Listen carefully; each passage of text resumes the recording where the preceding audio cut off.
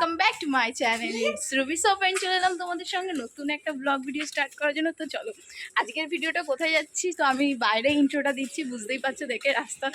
তো চলো আমি কোথায় যাচ্ছি সেটা তোমাদের যেতে যেতেই বলছি। তো চলো, তো এই যে আমরা তো বাসে সবাই উঠে গেছি। এবার এই যে সব গল্প করতে করতে অনেক পুরোটাই গেছিলাম ধরতে গেলে। তো এই দেখো বাস থেকে আবার নেমে গেলাম, অনেকটা জার্নি করে পুরো যেখান থেকে উঠেছি আবার সেই লাস্টে গিয়ে নেমেছি।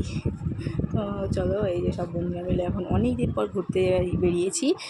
তো এটা কী বলো তো, অনেক দিন আগের ভিডিও করে রেখে দিয়েছিলাম ভিডিওটা। আমি ভিডিও এডিট করতে পারিনি, টাইম পাইনি, তো আর ছাড়াও হয়নি। তো এখানে চলে এলাম। এখানে আর এখানে ওই 6টা সাড়ে 6টার দিকে আরতি হয়। তো এই যে এই আরতিটা আমরা দেখতে পারিনি, কারণ এখান দিয়ে চলে গেছিলাম প্রিন্সেপ ঘাট।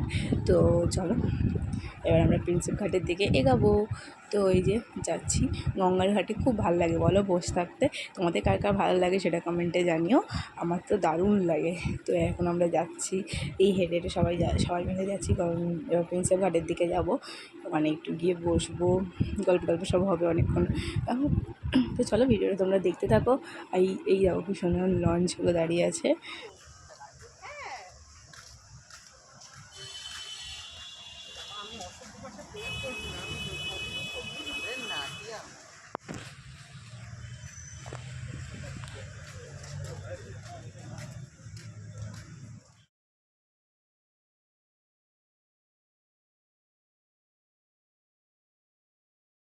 আমরা এখন প্রিন্সেপ ঘাটের দিকে এগাচ্ছি। তো চলো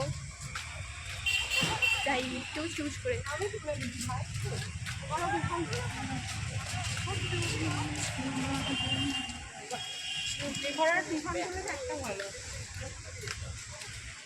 তো এতটা হেঁটে আস্তে আস্তে তারপরে শুরু করে দিলাম একটু খাওয়া দাওয়া। তো আমরা খেয়ে নিচ্ছি এখন ফুচকা। তো এই যে দাদাটা এখন ফুচকা এই আলুটা মারছে। তো তারপর আমরা ফুচকা খেয়ে নিলাম।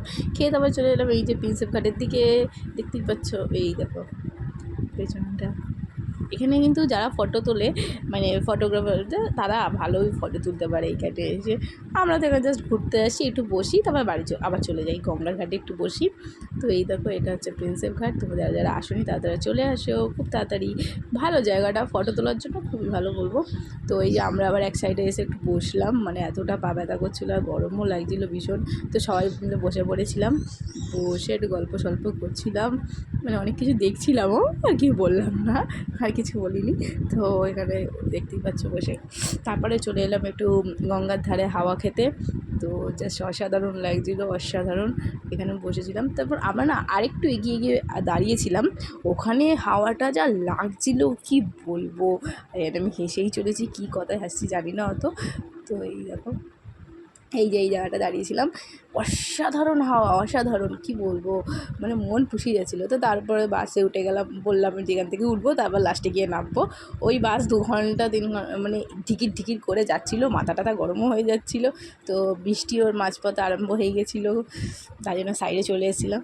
তো আস্তে আস্তে বাস ভিড়ও হয়ে গেল। তো চলো ভিডিওটা আমি আর বাড়াইনি, কারণ আর ভালো লাগছিলো না বাড়ি গিয়ে। তো আমি তো এরকম পা তুলে বসে রয়েছি। বাস তো পুরো ফাঁকা। তা বাস পুরো ফাঁকা ছিল না, একটু এগাতে এগাতে বাস ভিড়ও হয়ে গেছিলো। তো চলো ভিডিওটা এই পর্যন্তই। ভালো লাগলে like comment share and subscribe করে দিও। ততক্ষণ জন্য টাটা, তোমরা সুস্থ থেকো, বাই।